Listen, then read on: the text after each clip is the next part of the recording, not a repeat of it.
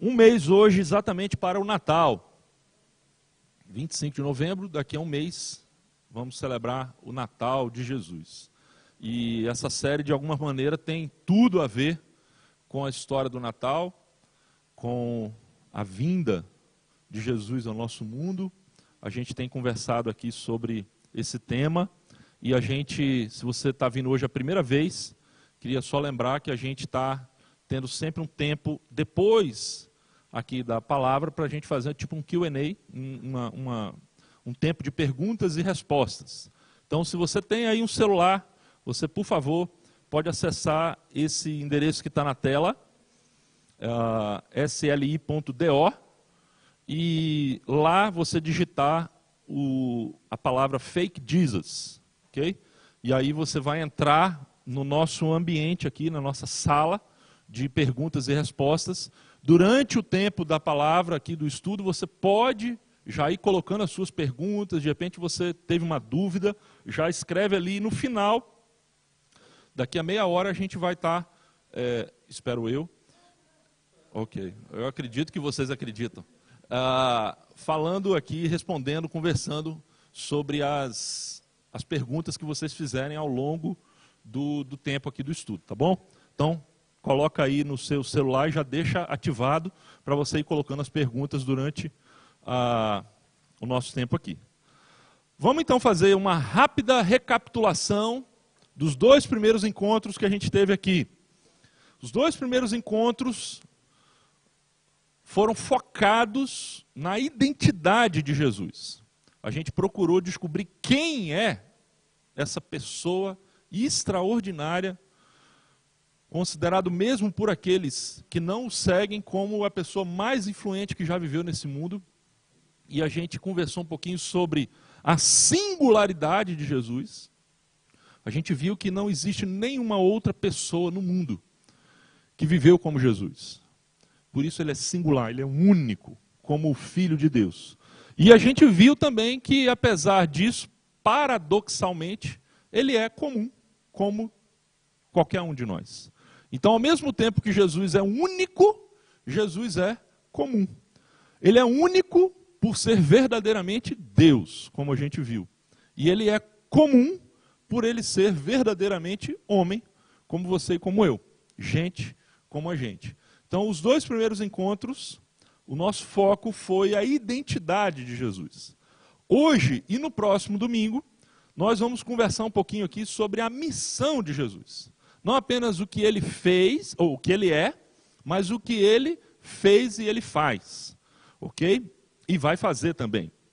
Então, identidade, quem ele era e é, a missão que ele fez e faz. Então, a partir de hoje, a gente vai, hoje e no próximo domingo, falar sobre isso aqui. Apenas para você situar a nossa metodologia aqui, tá bom? O texto que nós temos hoje é um texto de um versículo apenas, mas extremamente importante e profundo para a gente compreender a missão de Jesus. Queria que você lesse junto comigo Mateus, capítulo 1, versículo 21. Esse texto são as palavras, segundo o Evangelho de Mateus, que o anjo do Senhor veio a José, que estava noivo de Maria, e disse a ela acerca da gravidez de Maria. O filho que Maria, a sua noiva, viria a ter. José estava muito ansioso, preocupado, porque ele não tinha tido nenhuma relação com essa mulher ainda, e o anjo chega e aparece dizendo que ela está grávida, vai ficar grávida. E ele, imagine a cabeça do homem, naquela época, como isso foi uma notícia que trouxe escândalo, mas o anjo então acalma José e diz no versículo 21 essa frase preciosa. Vamos ler juntos aqui? Ela terá um filho e você lhe dará o nome de Jesus, pois ele salvará o seu povo dos seus pecados. É um versículo tão pequenininho, mas que tem algo extremamente importante para a gente entender sobre a missão de Jesus. Primeiro, veja bem que o nome de Jesus, a identidade de Jesus, está atrelada com a sua missão. A palavra Jesus, eu não sei se você sabia, significa literalmente o Senhor salva.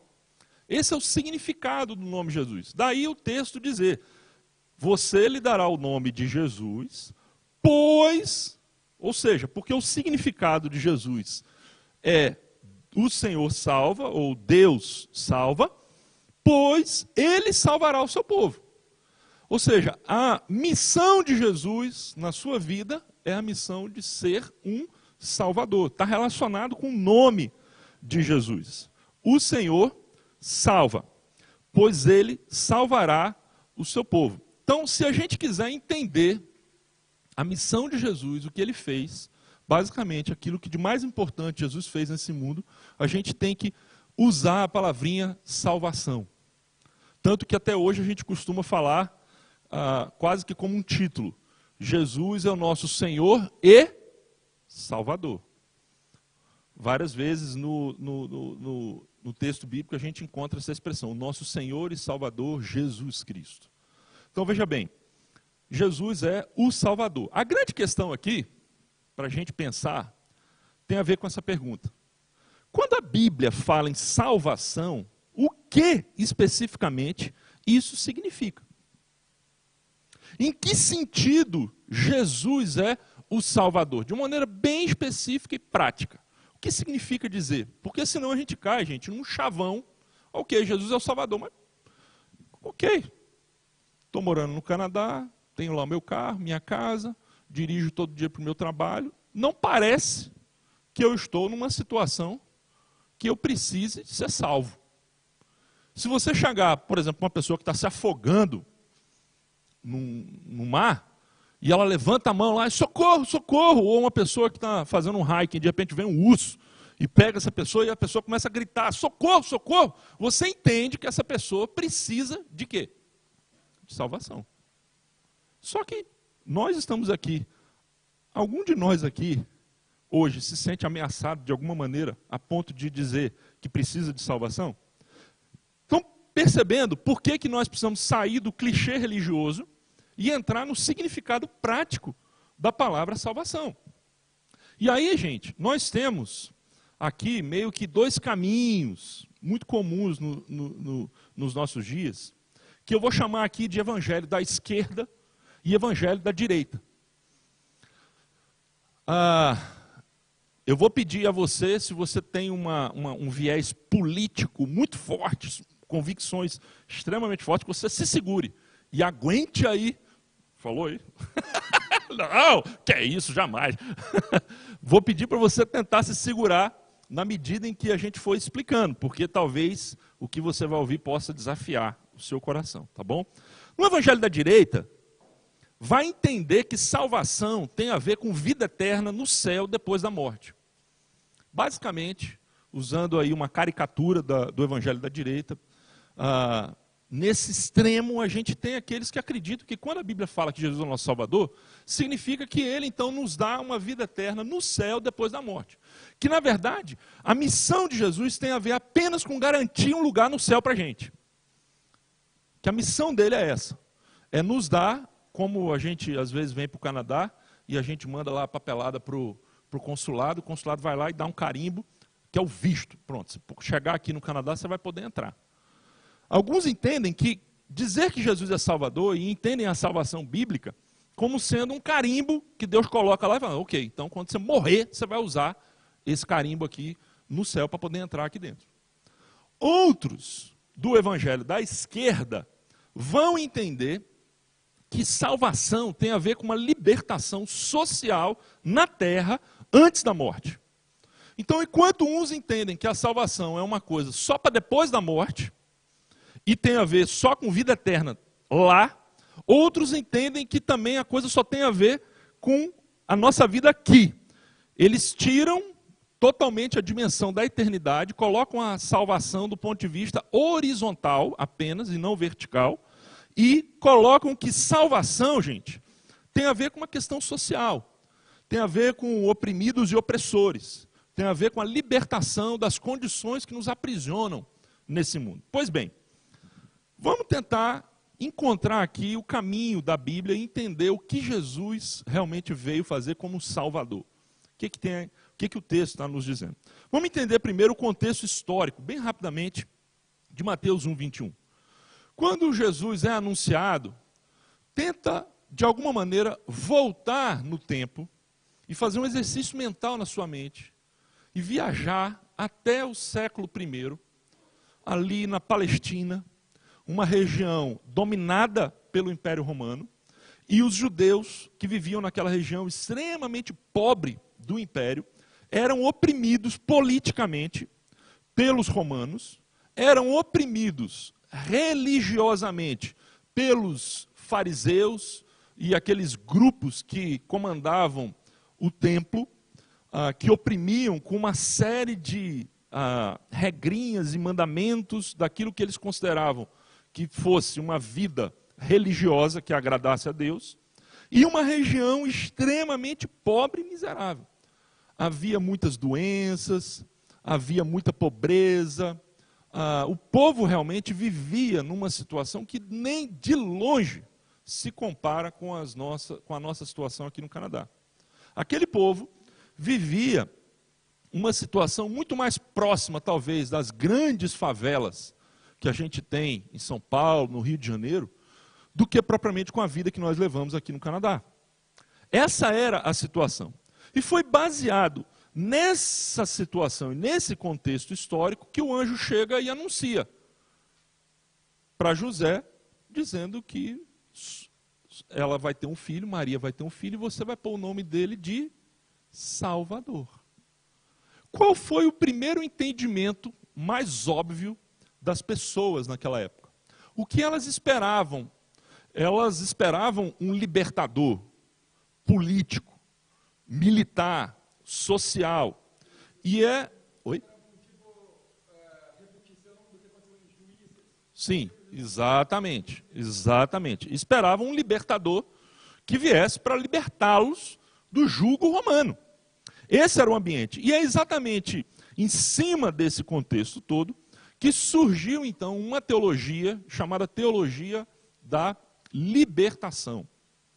Um dos seus grandes expoentes foi o Leonard Boff, hoje já muito velhinho, mas em 1972, o Leonard Boff, na esteira dessa situação na América Latina, como a gente vai ver logo depois, daqui a pouco, ele interpreta Jesus como Salvador do ponto de vista lá do evangelho da direita ou da esquerda, como eu falei no início. O que vocês acham? Da esquerda. Ele muito associado aos movimentos socialistas, marxistas, até hoje. Ele é um grande amigo do ex-presidente Lula. Então, ele, na esteira desses movimentos, ele escreve esse livro e ele interpreta que Jesus é o libertador, o salvador, do ponto de vista das opressões humanas. O Stott vai explicar essa questão da salvação como libertação social.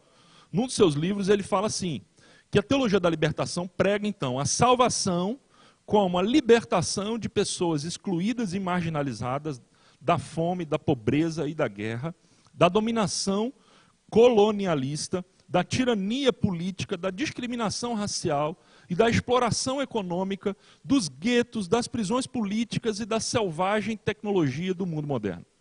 Então, todo tipo de libertação das situações que oprimem as pessoas, que aprisionam as pessoas hoje, a teologia da libertação vai dizer, não, Jesus veio como libertador dessas condições. Okay? É muito importante a gente entender que havia no nascedouro, quando essa teologia surgiu na América Latina, todo um contexto que favoreceu o florescimento desse pensamento. Então, por exemplo, você pode pensar que 1972, 1970, aquela década de 70, foi uma época de muitos conflitos e governos militares na América Latina. Então não foi só no Brasil que teve governo militar, teve em vários outros países da América Latina.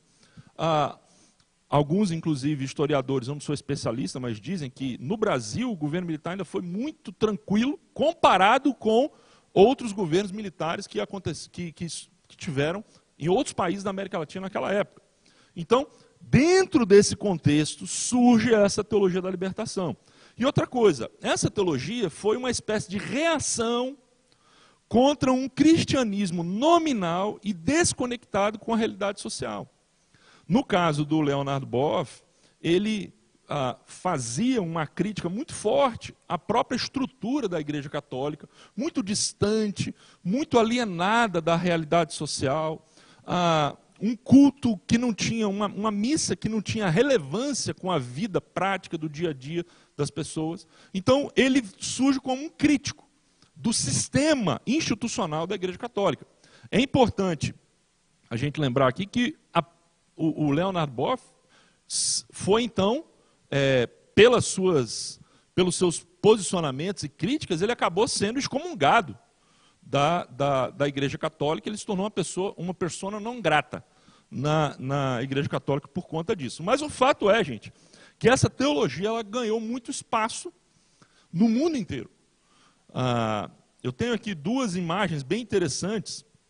Essa imagem vermelha foi um desenho feito no Reino Unido, na Inglaterra, nos anos 2000, 2001, se não me engano, e foi uma campanha feita para atrair pessoas, principalmente pessoas jovens, para a igreja.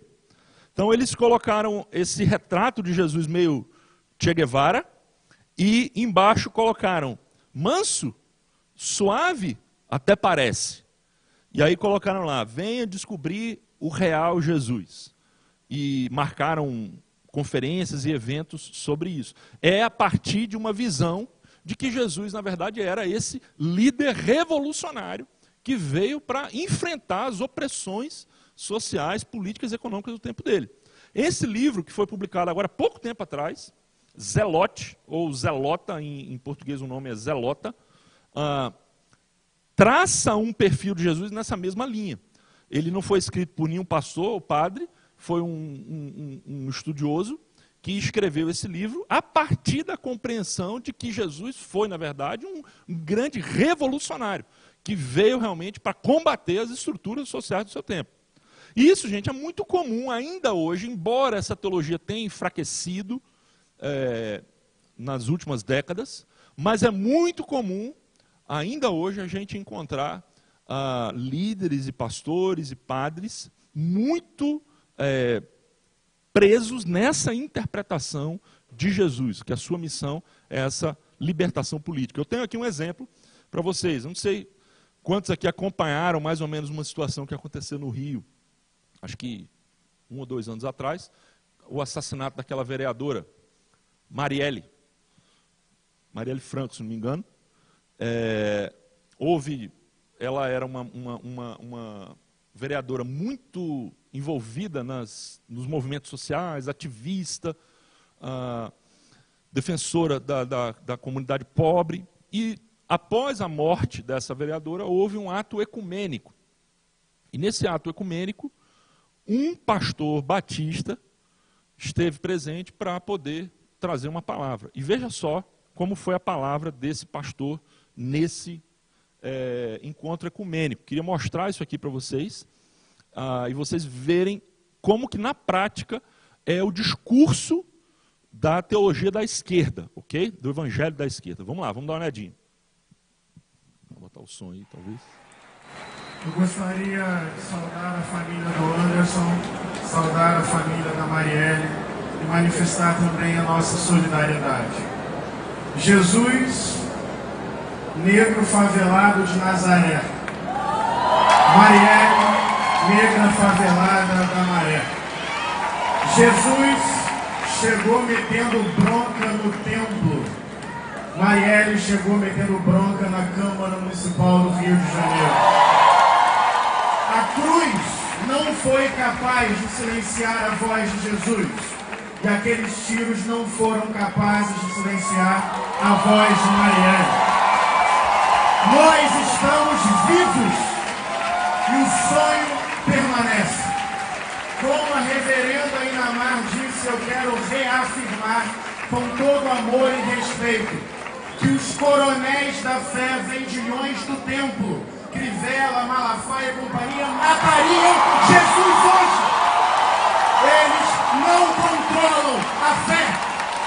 da irmã Dorothy, de Francisco de Assis, de Chico Mendes, de Teresa Dávila, de Martin Luther King, de Marielle Franco, de João Batista, de Jesus de Nazaré. Eles não controlam esse povo preto, esse povo pobre, esse povo que usa o nome de Jesus para promover o amor e a graça. E eu quero terminar dizendo, com todo carinho, que o sonho ainda está vivo. Eu quero dizer que é preciso respeitar a dor. É preciso respeitar a dor. A dor é um solo sagrado. Se estamos chorando, estamos. Se nos sentimos fracos às vezes, sentimos. Mas as nossas lágrimas e as nossas fraquezas vão mover a estrutura desse mundo. E nós ainda sonhamos. Está de pé o sonho por um país em que os negros não sejam culpados até que se prove o contrário. O sonho de um país em que as mulheres derrotem de vez o machismo. O sonho em que seja justa toda forma de amor. O sonho em que o parlamento seja ocupado por indígenas, quilombolas, camponeses, sem teto, mulheres negras. O sonho em que nenhuma criança vai passar fome, que não haverá latifúndio, não haverá desigualdade social, não haverá ricos nem pobres, porque a justiça vai fluir. Porque chega, negros não voltarão para a senzala, LGBTs não voltarão para o armário, mulheres não voltarão para a submissão, e os nossos sonhos não vão ficar no caixão, porque eles estão vivos. Nós somos a semente, nós somos o futuro, nós somos a revolução.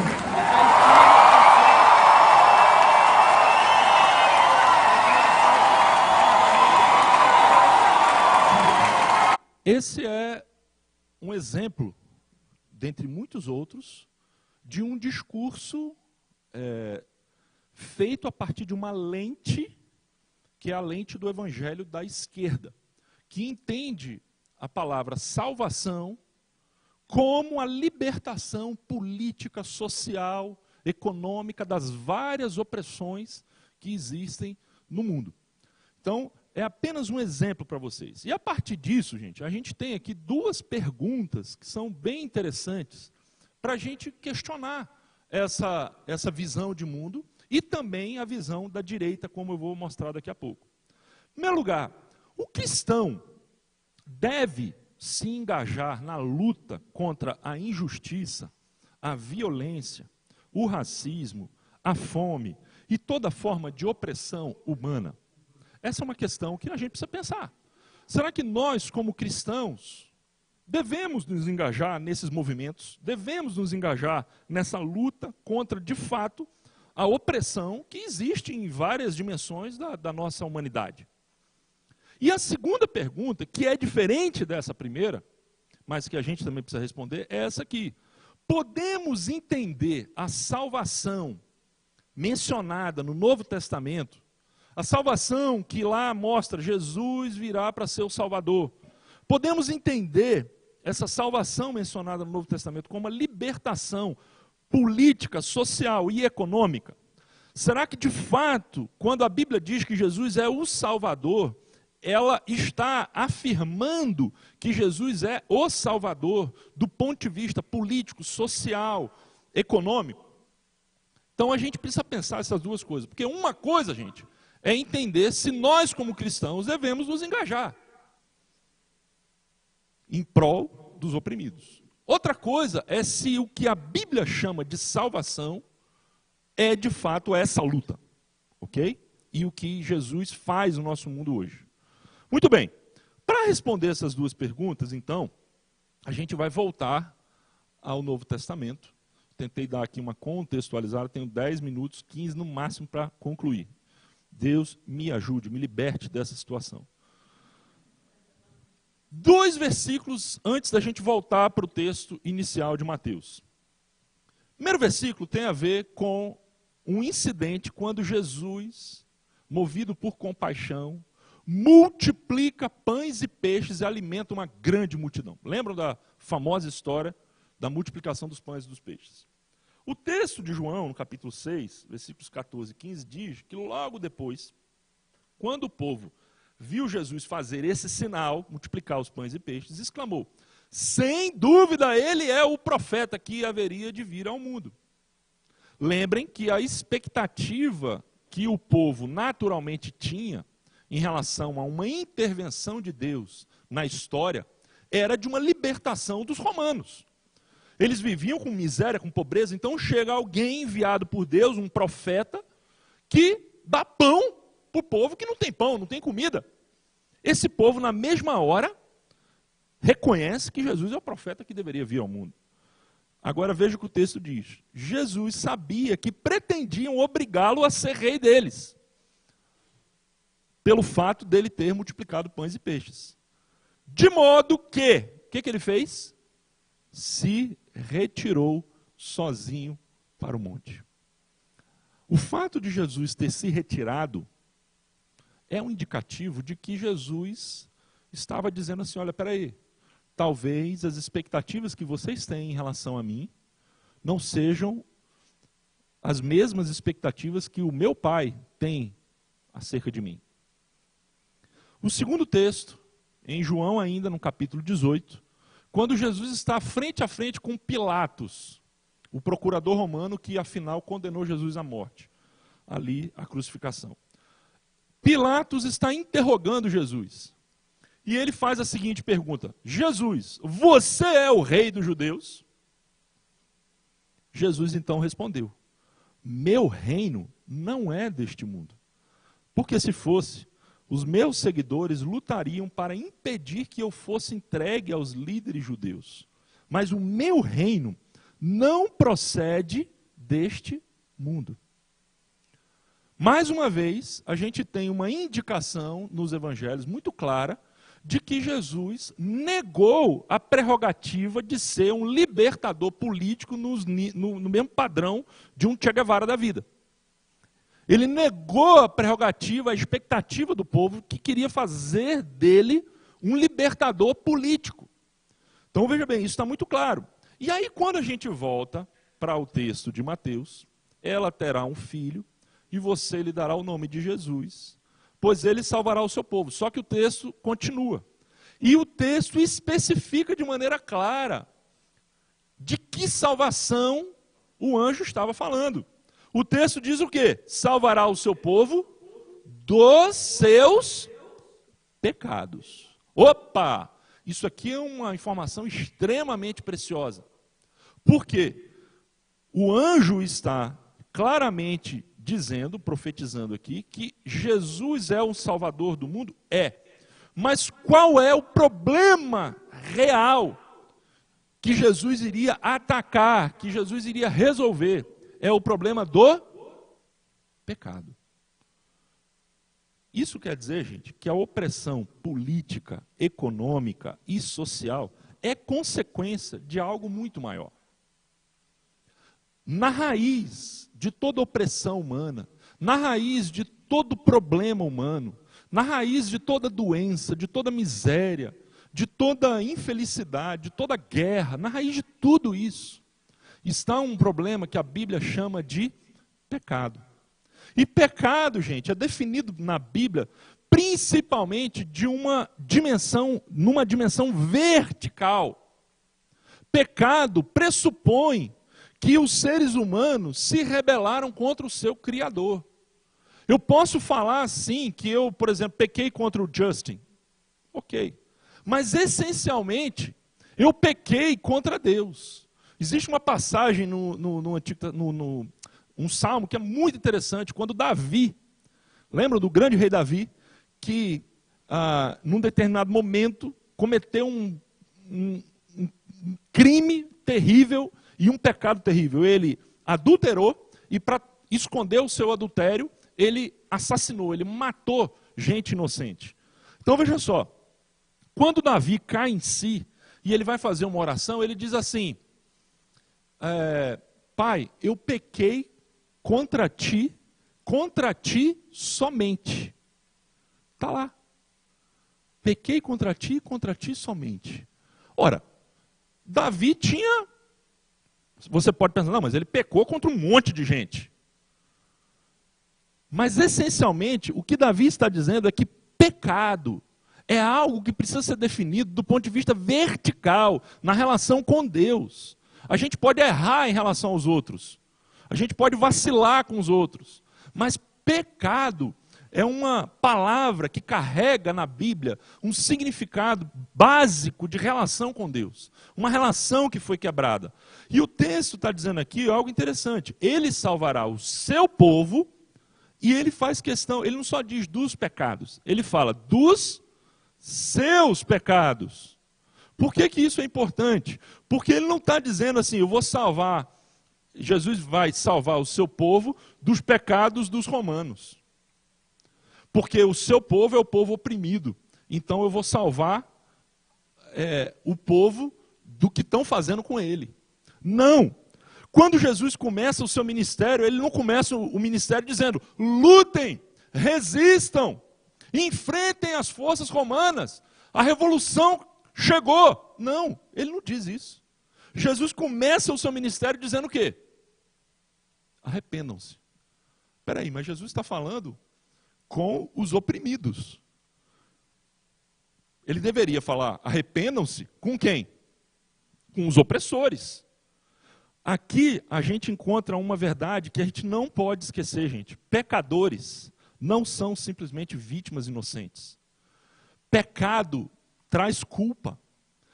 Dizer que você é pecador é dizer que você pode, inclusive, na sua vida, ter trazido sobre si uma série de consequências negativas, e você pode estar sofrendo por causa do seu pecado, mas no fundo, ninguém pode dizer, eu sou inocente. Porque se você é pecador, o pecado traz consigo a culpa. E o problema da lógica, que é muito mais marxista do que bíblica, de simplesmente ver a salvação bíblica a partir da lente de oprimidos versus opressores, é que a lente oprimidos versus opressores ignora a culpa e o pecado dos oprimidos. Ela só consegue ver a culpa e o pecado dos opressores. E os oprimidos são como pessoas inocentes. É muito interessante que, quando você começa a se aventurar na teologia, você encontra algumas coisas engraçadas. Uma delas é o irmão do Leonardo Boff, chamado Clodovis, se não me engano, Clovis ou Clodovis, sei lá. Ele escreveu, também um grande doutor em teologia, mas ele escreveu um tratado para refutar a tese do irmão dele. E a grande crítica que o irmão do Leonardo Boff fez, a tese do Leonardo Boff é a seguinte: o Leonardo Boff transformou os pobres em Jesus. Porque Jesus é o santo, Jesus é o inocente. E o que a teologia da libertação faz? Ela coloca como os pobres fossem absolutamente inocentes, sem qualquer tipo de culpa diante de Deus. Simplesmente eles são vítimas da sociedade opressora. E aqui é muito importante, então, entender que quando Jesus começa o seu ministério entre aquela classe pobre, miserável, oprimida, ele não diz assim, lutem. Ele diz assim, arrependam-se. Porque o que Jesus veio para atacar foi a realidade do pecado, gente. E a pergunta aqui, então, para a gente finalizar esse nosso tempo, 5 minutos. Como Jesus salva o seu povo dos pecados? Como Jesus faz isso? 3 afirmações para a gente pensar. A primeira delas, por meio da sua morte expiatória, que significa essa palavra, a morte substitutiva, numa cruz, Jesus nos salvou da culpa e da justa condenação do pecado. Isso é o que, na linguagem de Paulo, é chamado de justificação. Deus nos declara justos. Não porque nós sejamos justos, mas porque, por meio do que Jesus fez por nós, assumindo a culpa que era nossa, nós então somos absolvidos diante do justo e correto juízo de Deus. Uma coisa importante a gente notar, a gente nunca foi chamado de inocente, Sim. a gente foi chamado de perdoado. Isso, boa, é verdade, bem lembrado. João 19:30, Jesus diz assim, está consumado. O que Jesus quis dizer com isso? Exatamente isso. Que aquilo que ele veio para fazer, que é pagar uma dívida, uma fatura que não era dele, é como você pegar o seu cartão de crédito, estourar ele, gastar, entrar no limite e tal, e você não tem como pagar. Chega lá o seu pai, pega a sua fatura e fala, peraí, deixa que eu vou acertar essa bagunça que você fez.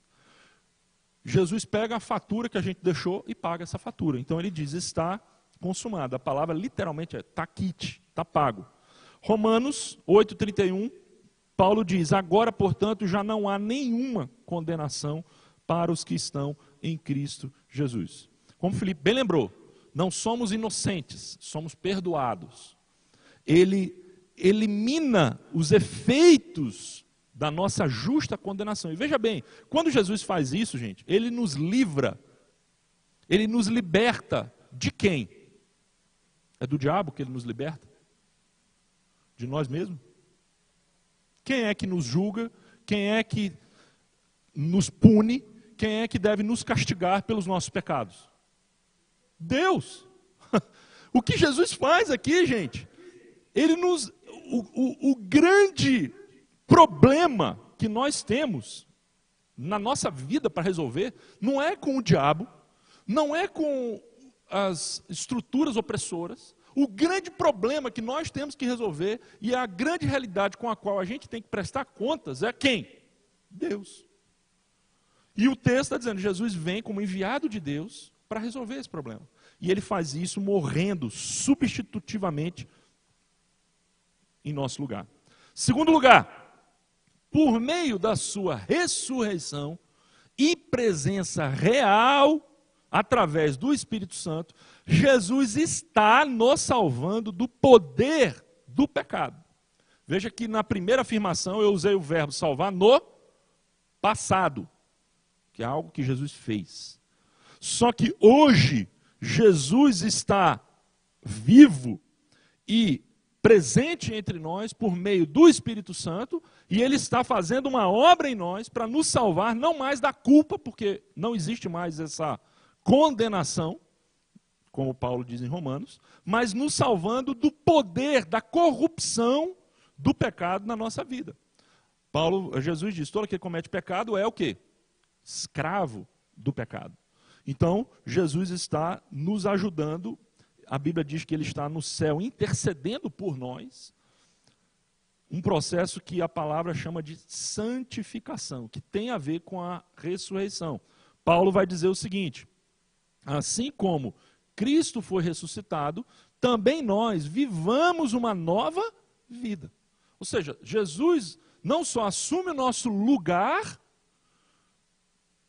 leva a nossa culpa, para pagar a nossa fatura, como Ele nos dá uma nova vida. A gente é como se pegasse aquele caderno novo no início do ano, zerado, que você pegou e tem aquele caderno todo velho, e ele te dá um caderno novo para você escrever. Uma vida nova, diferente. Então, isso é a segunda coisa que Jesus faz. Isso é hoje, gente. Ele nos ajuda a viver uma nova vida. E é nessa dimensão de aprender a viver a vida nova do reino, que nós devemos sim nos envolver com o quê? Com aqueles que sofrem, com os oprimidos, com as injustiças, com a violência.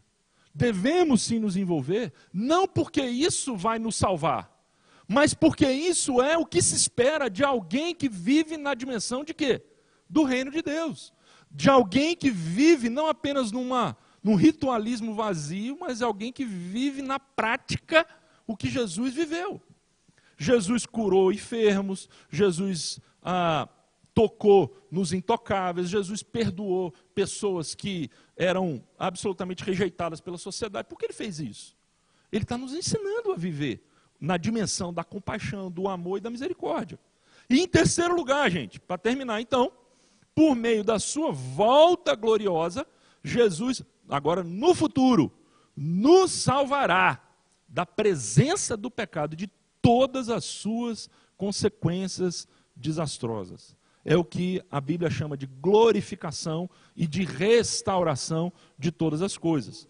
João vai dizer, quando Ele se manifestar, quando Ele voltar novamente, seremos semelhantes a ele. E ele fala de uma nova realidade. Ok? Entender isso, gente, é entender que por mais que a gente milite nesse mundo em prol das causas sociais, das causas ambientais, da injustiça, da violência, por mais que a gente se envolva, e a gente tem que se envolver, no fundo, esse mundo ele só vai ser plenamente restaurado quando? Quando Jesus voltar. E aí ele vai colocar tudo em ordem. Vai resolver todos os problemas relacionados a desastres ambientais, a injustiças sociais, a violência. Ele vai colocar ordem em tudo, vai restaurar aquilo que ele criou. Resumindo, gente, bem rapidamente isso, foi apenas uns insights. Jesus nos salvou da condenação do pecado quando morreu por nós. Jesus está nos salvando do poder do pecado, enviando a partir do momento que ele ressuscita para uma nova vida, a partir do momento que ele envia o seu Espírito, a partir do momento que ele está junto ao Pai, intercedendo por nós, e ele nos ajuda no processo de santificação, nos capacitando para a gente viver uma vida nova. Ele está nos salvando dessa corrupção do poder do pecado. E, em terceiro lugar, Jesus nos salvará da presença e das consequências do pecado. Quando a gente pensa, então, de Jesus como Salvador, gente, a gente tem que pensar nessas três dimensões. Aquilo que ele fez em relação ao pecado, aquilo que ele faz e aquilo que ele fará em relação ao pecado. Voltando, então, e terminando com as duas perguntas que a gente fez. Em primeiro lugar, o cristão deve se engajar na luta contra a injustiça, a violência, o racismo, a fome e toda forma de opressão humana? Essa é uma pergunta que a gente poderia fazer para o evangelho da direita, que prega, muitas vezes, que a única coisa que nós temos que fazer como cristãos é anunciar um evangelho para uma vida depois da morte. Aqui a grande questão é, vai para o céu ou vai para o inferno? E aí, o que a gente vive aqui não tem menor importância. Que tipo de cristão somos? Se a gente não tem engajamento, compaixão, amor, misericórdia, se a gente não se engaja nos problemas da nossa cidade, nos problemas que a gente vive, é uma pergunta. E a segunda pergunta, podemos entender a salvação mencionada no Novo Testamento como libertação política, social e econômica? Essa é uma pergunta, então, que o evangelho da esquerda precisa responder.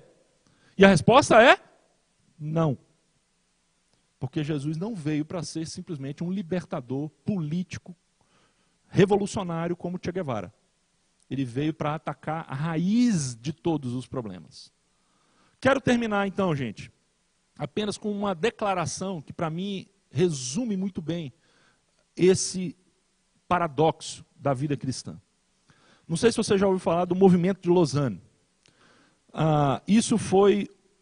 Esse movimento começou no primeiro Congresso Internacional de Evangelização Mundial em julho de 1974. Os líderes desse movimento foram simplesmente Billy Graham e John Stott. Billy Graham, o grande pregador, John Stott, o grande teólogo. A partir da amizade entre eles, surgiu então esse movimento, chamado Movimento de Lausanne. Depois eles fizeram muitas outras conferências mundiais de evangelização. E sobre a bênção, vamos dizer assim, de Billy Graham e de John Stott, considerados dois dos maiores ícones do século XX, na igreja cristã, surgiu um documento desse encontro, que é o documento de Lausanne.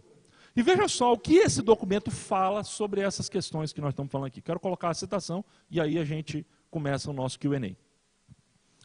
Afirmamos que Deus é o Criador e o juiz de todos os homens. Portanto, devemos partilhar o seu interesse pela justiça e pela reconciliação em toda a sociedade humana e pela libertação dos homens de todo tipo de opressão. Porque a humanidade foi criada à imagem de Deus. Toda pessoa, sem distinção de raça, religião, cor, cultura, classe social, sexo ou idade, possui uma dignidade intrínseca, em razão da qual deve ser respeitada e servida e não explorada. embora a reconciliação com o homem não seja reconciliação com Deus, nem a ação social, evangelização, nem a libertação política, salvação, afirmamos que a evangelização e o envolvimento sociopolítico são ambos parte do nosso dever cristão, pois ambos são expressões necessárias de nossas doutrinas acerca de Deus e do homem, do nosso amor por nosso próximo e de nossa obediência a Jesus Cristo. A mensagem da salvação implica também uma mensagem de juízo sobre toda forma de alienação, de opressão, de discriminação. E não devemos ter medo de denunciar o mal e a injustiça, onde quer que existam. Como o grande filósofo já disse, uma coisa é uma coisa, outra coisa é outra coisa. Uma coisa é a ação social, outra coisa é a evangelização. Muitas vezes o evangelho da esquerda diz assim, não tem que evangelizar, basta fazer ação social, isso aí é o que nós devemos fazer pelo mundo. O evangelho da direita vai dizer, não, não tem que fazer ação social, só tem que pregar o evangelho. Esse negócio de ação social não é nosso dever, a gente não tem que fazer isso. O que o Conselho de Lausanne coloca as duas coisas separadas e juntas. Separadas porque são duas coisas diferentes, mas juntas porque elas precisam andar juntas. Obviamente que uma tem a ver com a essência, a causa da missão de Jesus. Outro com o resultado daquilo que Jesus fez, produzindo uma vida nova no nosso coração, em cada um aqui. Então vamos lá. Eu queria trazer essa introdução para vocês. Agora vamos começar o sermão. Brincadeira. Vamos começar aqui rapidamente, temos 15 minutos para a gente fazer o nosso tempo de perguntas e respostas e aprofundar, talvez alguma dúvida tenha ficado, para a gente levantar aqui e esclarecer tudinho. Tá bom? Eu queria chamar hoje o Jason, nosso grande apologeta, que vai estar com a gente aqui. O Buarque vai fazer a mediação aqui das perguntas. O Daniel, se você quiser participar, está franqueado também a sua presença, mas eu chamei o Jason, mas você fique à vontade para vir aqui e participar, ou você se faz representado aqui pelo Jason, tá bom? Beleza? Então vamos lá. Acesse aí o site, tá, no seu celular, e não sei se já temos perguntas aí, o Buarque, você pode fazer a mediação aí. Tem pergunta que é pergunta para o pastor, viu? Oi, som. Boa noite, pessoal. Teve só uma confusãozinha aí nas hashtags, porque o sistema, ele deleta, não é deleta, ele arquiva, enfim, o anterior. Mas eu criei de novo, então você pode, tanto se você acessou o anterior, você pode perguntar, pode ser no novo também, porque eu tenho acesso aos dois aqui e consigo ver. No novo, na verdade, não tem nenhuma pergunta, então acho que o pessoal vai se empolgando à medida em que... Tem sim? Tem várias. Tem várias? Não, é no antigo, né? Não. No novo tem? Tem. Então tá fake aqui, vê se meu... Fake iPhone. Ok, tá bom, então vamos lá. Você tá vendo de novo? Rapaz, eu vou pegando de uma em uma aqui e vamos passando... Isso é do novo? Rapaz, Não, isso é do novo e antigo. Tem antigo e tem novo aqui, ó. Gente, vamos lá. Vamos lá. Deixa eu pegar umas perguntas aqui e começar a responder de uma vez, que o tempo urge. Vai lá. O tempo urge. Não, tá aqui. Você conseguiu ver? Consigo, é as mesmas. Vamos lá, pegar uma pergunta fácil. Que língua que Jesus falava? Aramaico, grego, hebraico. Próxima. Qual o equilíbrio bíblico entre as ações práticas... É isso aí. Qual o equilíbrio bíblico entre as ações práticas de ajuda aos pobres e o evangelismo? Não sei. Depende do que o Espírito Santo te guia a fazer. Agora, se você só está focando em um e não no outro, tem algo errado. Por exemplo, se você só foca em evangelismo sem demonstrar na tua vida de maneira prática o que uma vida transformada leva você a fazer, por exemplo, em relação ao pobre, ao oprimido, assim por diante, provavelmente tem algo errado. Agora, uma coisa muito comum, principalmente do pessoal mais do evangelho de esquerda, é dizer, eu não posso pregar o evangelho para alguém que está com fome. Rapaz, papo furado, o Espírito Santo depende do estômago de alguém, prega o evangelho. Agora, é muito fácil eu também diminuir a minha culpa e o meu medo de evangelizar dando pão para alguém e nunca falar de Cristo. Então, faz os dois. Se você tem como alimentar alguém, alimenta, mas a prioridade é pregar o evangelho. Tem uma outra pergunta aqui interessante. Eu vou pulando aqui, André. Deixa eu só mediar aqui, Jesus, porque aí o pessoal vai ouvindo o Clinton, você... Deixa eu te ajudar, eu vou te guiar. Eu sou um guiador. Então tá bom. Eu sou treinado para guiar. Vai lá, Bora. senta aqui, mano. Não, vou ficar em pé que é Vai mais ficar em fácil pé? aí que... Sai mais poder, não, cara, em pé. Vamos lá. Tem até umas antigas aqui. Sobre Jesus estar invisível, significa que ele ainda está na terra entre nós? A gente precisa só responder elas, porque elas já são antigas. A gente precisa fechar as perguntas. Sobre Jesus estar invisível, significa que ele ainda está na terra entre nós? Essa é uma pergunta fácil e difícil. Fácil em que sentido? Jesus disse que ele estava indo embora, isso ele fala em João, de 13 a 15, quando fala sobre a obra do Espírito Santo. E ele fala que ele estaria indo, mas estaria enviando um Consolador, que faria o papel dele entre nós, e que ele lembraria os discípulos de tudo aquilo que eles foram ensinados, né? Então, nesse sentido, fisicamente, Jesus não está entre nós. Agora, quando Jesus sobe ao céu, é muito comum a gente imaginar que o céu está em cima e a gente está embaixo, sei lá, né? Só que a Terra é um globo, em cima é que direção, então? É um negócio meio lógico que a dimensão espiritual é outra, não é uma questão de cima, embaixo, ou de presença física, né? É a questão de Jesus representado entre nós através do Espírito Santo. E o retorno dele vai ser uma coisa muito espetacular, que a Bíblia diz que ele vai aparecer nos ares para a gente. Enfim, está respondida a pergunta ou não? Tá? Acho que tá. Invisível, em termos de outra dimensão, é representado pelo Espírito Santo aqui. Então vamos lá. Próximo. Ainda fechando também um pouco da semana passada. Como homem, Jesus viveu e sofreu como nós. Como Deus fez milagres e maravilhas. É certo, então, queremos fazer milagres e maravilhas como Jesus divino? Essa é boa. Eu não entendo bem a conexão entre a premissa e a conclusão, mas vamos lá de novo. Jesus viveu e sofreu como nós, sim. Como Deus fez milagres e maravilhas. É certo, então, queremos fazer milagres e maravilhas como Jesus divino? Sim e não, né, gente? Não, porque nós não somos Deus. E a missão que ele deu para a gente foi clara, de ir por todo mundo, pregar o evangelho a toda criatura, e não de ir por todo mundo e fazer milagres como ele, assim por diante. No entanto, quando se vê na igreja primitiva, principalmente na igreja primitiva, Deus capacitando a igreja de maneira sobrenatural a fazer certos sinais e milagres e tudo mais, principalmente através de dons espirituais que eram espetaculares, profecia, línguas e assim por diante. E isso foi feito não para que pessoas pudessem fazer milagres como Cristo, mas para validar e confirmar a autoridade dos apóstolos, validar e confirmar a comunhão dos crentes e o poder da palavra que foi transmitida a eles através deles, e também, provavelmente, outros fins que milagres tiveram. Agora, não é tão comum a gente ver isso na nossa época, e, no entanto, a gente ouve de muitos milagres que Deus faz através do seu povo, né? Mas não é esse o chamado principal. Então, se você tem o desejo de fazer sinais e milagres, questione se isso é uma questão de orgulho, egoísmo ou insegurança na tua fé, ou se Deus está te chamando para isso. Se Deus te chama para isso, Ele vai te capacitar. Agora, o chamado claro bíblico não é de sinais e milagres, mas sim de pregar o evangelho. Acho que algo interessante para completar é que, se você olhar ao longo de toda a Bíblia, a gente vê a Bíblia como um livro sobrenatural, milagres e tal. A gente acha que cada página da Bíblia tem um milagre. Mas se você for pensar direitinho, os milagres na Bíblia, eles são muito mais raros do que você imagina e às vezes pressupõe. Existem estudos que mostram que os milagres na Bíblia eles estão presentes em 3 grandes fases. Uma é em Moisés, na libertação do Êxodo, sendo redundante, né, porque Êxodo é libertação.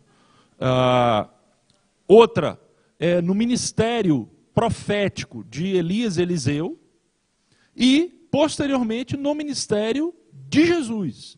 Então, existe um significado teológico para isso. Se você for ver, até no ministério apostólico, os milagres existem, mas não se comparam com o que era no ministério de Jesus. E depois, ao longo de toda a história da igreja, existem milagres? Existem. Mas o milagre, como o nome diz, é um milagre. Certo? Não é uma coisa comum que acontece no dia a dia. Existem situações específicas. Nós cremos em Deus que faz milagres. Mas não podemos achar que o milagre está chovendo hoje, assim, que você vive no sobrenatural, quase você andando, flutuando no mundo. Não é bem por aí, tá? Só para esclarecer.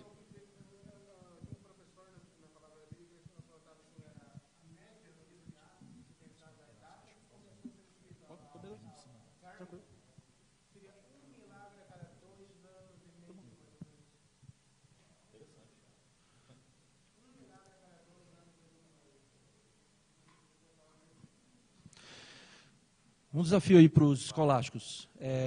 Alguns irmãos, algumas linhas, eles lembram de alguns detalhes que Jesus falou com relação a isso. Estou dizendo que já andamos por aí, né? A gente já ouviu algumas coisas. Então, uma é que Jesus falou que nós faríamos obras maiores do que ele. Isso é muito importante. A segunda é que tem um trecho bem específico, só o excerto, sem tirar do contexto, que esses sinais vão seguir os que creem. E os sinais que eram claros, lá, pelo menos no contexto, tinha a ver também com milagres, uma série de evidências lá. Pelo menos a forma como muitos interpretam. O que a gente pode estender ainda nessa pergunta? Tá bom.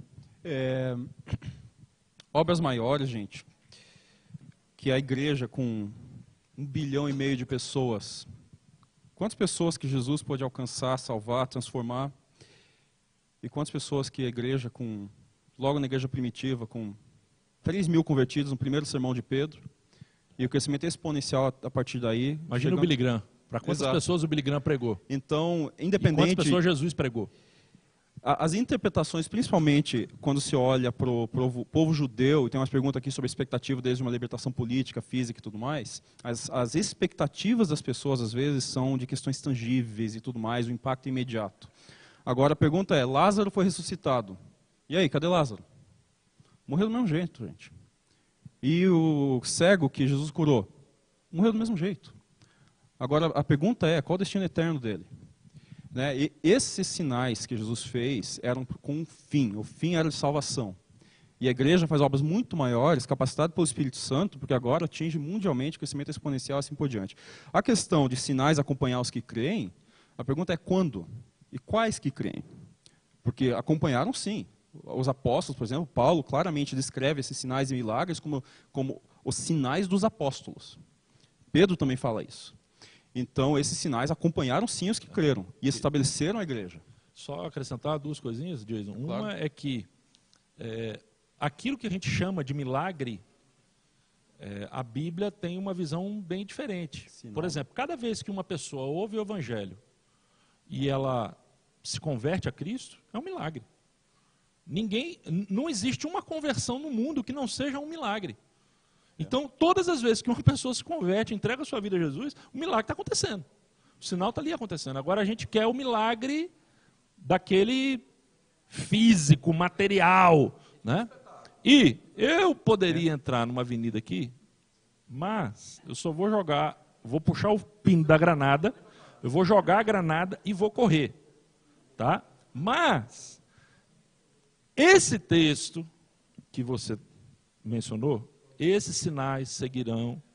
Se você for ler, abrir na sua Bíblia aí, Marcos capítulo 16, e aí diz lá, o cara vão pisar em cobra, um monte de coisa. Na sua Bíblia está claramente dito que esse texto não está nos manuscritos mais confiáveis que nós temos da Bíblia. Ok? Soltei o pino, joguei a granada, vou correr porque eu não vou discutir isso agora. Mas não temos como levar esse texto da mesma maneira como os próprios tradutores da Bíblia não levaram. Tanto que eles colocaram um asterisco, colocaram uma observação, dizendo, ó, isso aqui, gente, foi alguns manuscritos têm, outros não têm, não dá para a gente saber com certeza se isso foi realmente parte do Evangelho, se isso foi uma inserção posterior, não dá. Então, assim, a gente é extremamente rígido em confiar na Bíblia, na historicidade, de fato, quando a gente tem. Mas a gente precisa ser honesto do ponto de vista de entender que algumas passagens, os tradutores divergem e têm dúvidas em relação à autenticidade delas. Essa é uma delas. Esse tá? é o campo de crítica textual. Mas eu vou deixar para você, a granada explodir aí, vocês resolverem depois, tá? Tem mais aí? Tem mais duas aqui, vamos tentar fechar essas duas hoje? 5 minutos, vai. Rapaz, tem um aqui que eu gostaria muito de responder. Mas, André, vai. Não, eu não sei se é de hoje. As duas de hoje. É anterior, mas é uma que é uma granada. Vamos fazer o seguinte, vamos tentar responder as duas de hoje, a gente está acumulando muito, Beleza. e aí se sobrando tempo, a gente fecha essa. Vai sobrar. Então tem duas hoje muito interessantes. A primeira aqui e a maior votação, na verdade, é qual a diferença entre pecar e errar?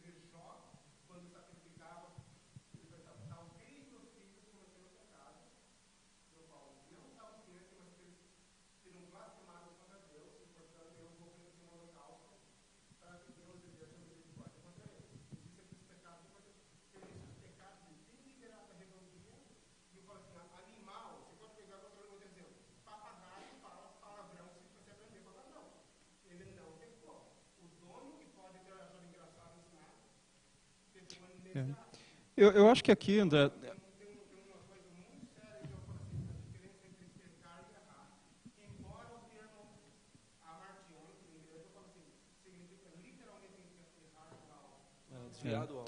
Eu não vou entrar nas questões semânticas, definição e tudo mais. O André acho que ilustra bem essa questão de dolo e tudo mais, mas eu vou ficar com a definição do Clinton. Todo pecado é contra Deus. Todo pecado é uma rebeldia contra Deus, é falta de submissão contra Deus, é a violação da lei de Deus, da vontade de Deus e assim por diante.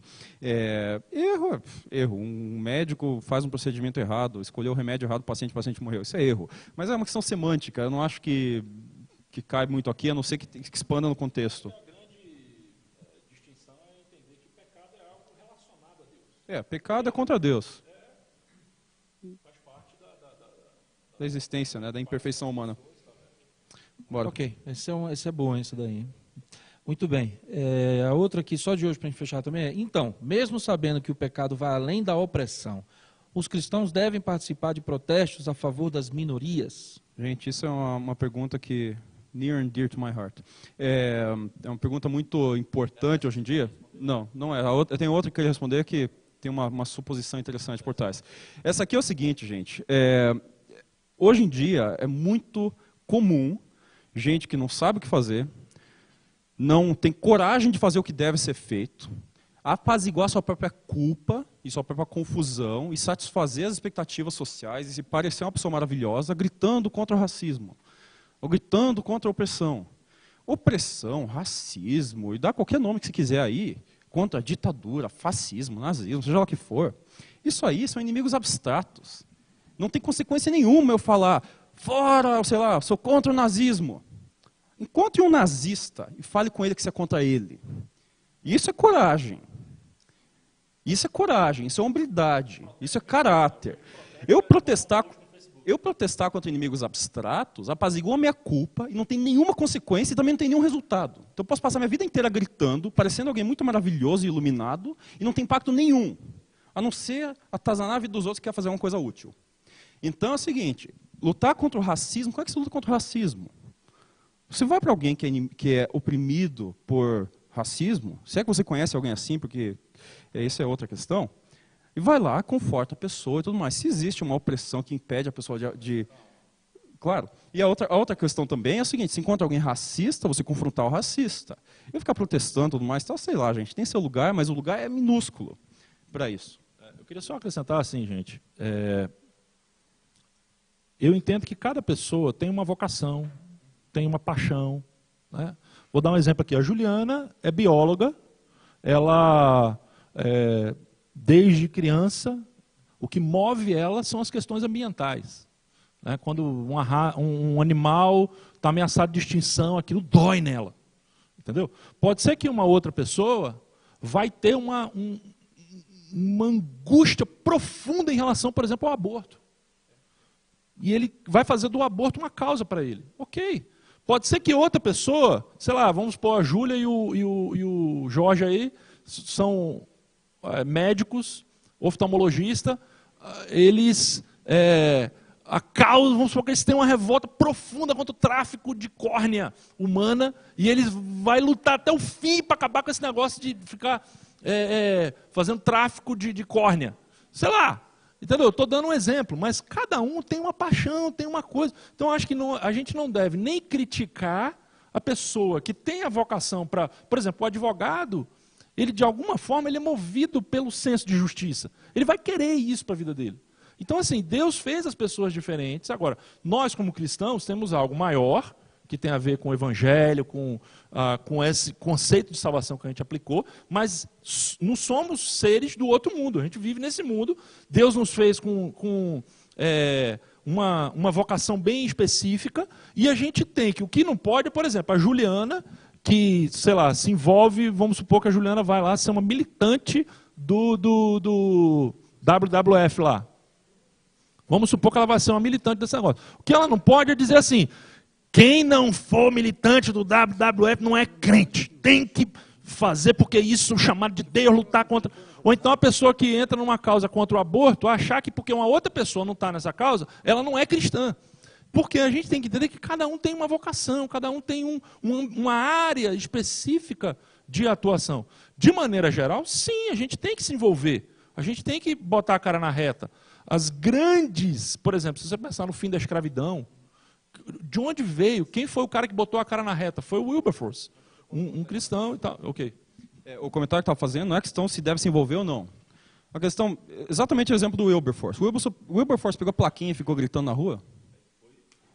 Ele virou político, se envolveu, se mobilizou, ele botou a cara dele na reta. O que eu estou falando é que hoje em dia a moda é protestar contra inimigos abstratos, eu sair na rua, ficar segurando plaquinha e não fazer nada. Não fazer nada. É igual protestar contra a fome. Gente, eu tenho comida, tem alguém com fome, eu dou comida, não fico gritando, né? O Tim Keller tem um livro maravilhoso chamado Justiça Generosa, em que ele fala da questão da justiça social. Na introdução desse livro, ele coloca o seguinte, gente, vamos primeiro definir uma coisa. Tem muito jovem hoje na vanguarda aí, que movido pela pressão social, está querendo se mobilizar em prol da justiça social. E aí você vai, são todos eles jovens que estão envolvidos nessa dita causa, mas que não abrem mão de ter o seu luxo, o seu conforto. Ele diz assim, eu tenho visto jovens de Manhattan com as suas viagens para a Europa, com o seu iPhone na mão, com o seu luxo, com a sua vida consumindo coisas de marca, não querem abrir mão do seu estilo de vida consumista, capitalista, mas estão aí defendendo Che Guevara. Isso aqui não pode acontecer. Então tem que ter uma coerência. Exatamente. Então tem um blog que é o Socialista de iPhone, né? Então assim, tem que ter uma coerência de vida em relação àquilo. Acho que é isso que o Diego está falando. Outra pergunta, é a última agora? Essa que é a última. Eu posso... É uma última especial. Posso fazer só um comentário? Pode fazer, cara. Você ir para a próxima? Vamos trazer também uma versão para o discipulado, né? Para a caminhada no dia a dia. E é um ponto muito bom são os dois lados aí. Eu gosto da mensagem do John Piper, que ele fala que nos Estados Unidos é comum fazer guerra para tudo, né? E aqui no Canadá não tem tanto, não. O Canadá é bem mais pacífico. Mas nos Estados Unidos né, war on drugs, né? Guerra contra isso. Enfim, não estou lembrando que eu não moro lá, então eu não sei exatamente quantas guerras eles fazem. Mas eles vivem em guerra. Ele lembra uma coisa muito interessante. Ele falou assim, quantas vezes nós declaramos guerra contra o pecado?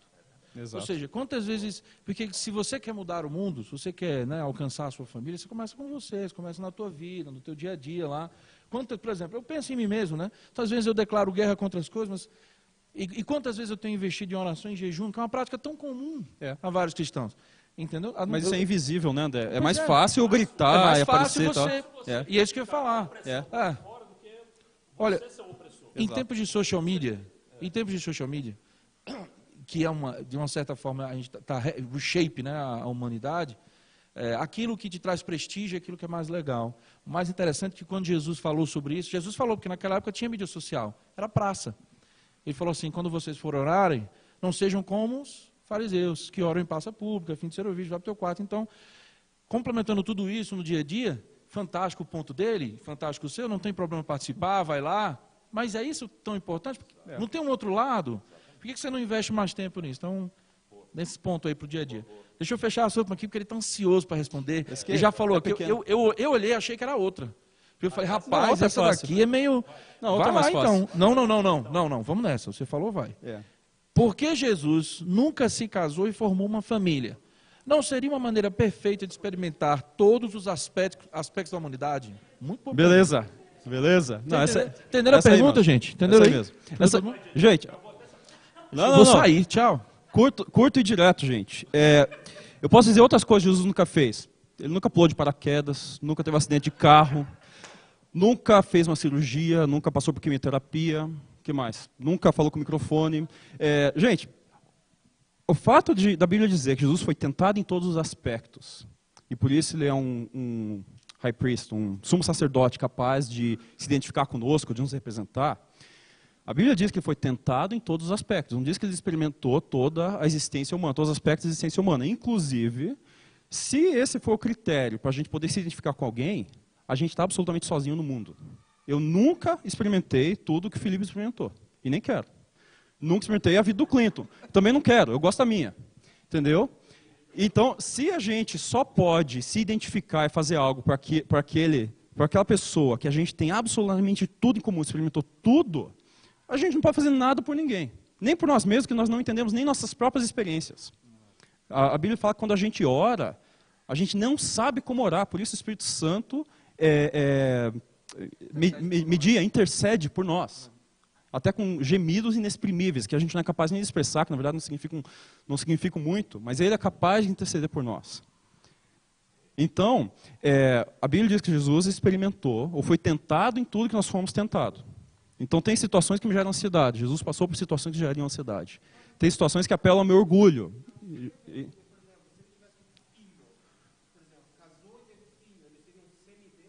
Não, mas essas questões nem entram. A questão é a seguinte. A questão é a seguinte. O sumo sacerdote tem um papel de representar o povo diante de Deus, e o único que é capaz de representar com perfeição é Jesus Cristo, porque ele experimentou todas as nossas tentações, mas sem pecado. Isso que a Bíblia diz. Ele não tinha necessidade de experimentar tudo que eu e você experimentamos, no sentido de vida humana e tudo mais. Beleza. É isso aí. Boa, Jesus. Legal. Então a gente vai encerrar aqui hoje. Quero convidar você para estar com a gente domingo que vem, no último round aqui dessa série, ainda sobre a questão da missão. O Daniel vai estar com a batata quente na mão ali de falar sobre Augusto Cury e o Jesus terapêutico. Okay? Na verdade, ele vai falar sobre uma tendência muito atual, que é ver Jesus como um modelo de psicólogo, de terapeuta e um guru de autoajuda. A gente vai ver como que isso aí está presente e qual a resposta bíblica de Jesus como o mestre, o Senhor. Na verdade, o que significa dizer? Hoje a gente falou de Jesus como Salvador. O Daniel vai falar um pouquinho sobre Jesus como o Senhor.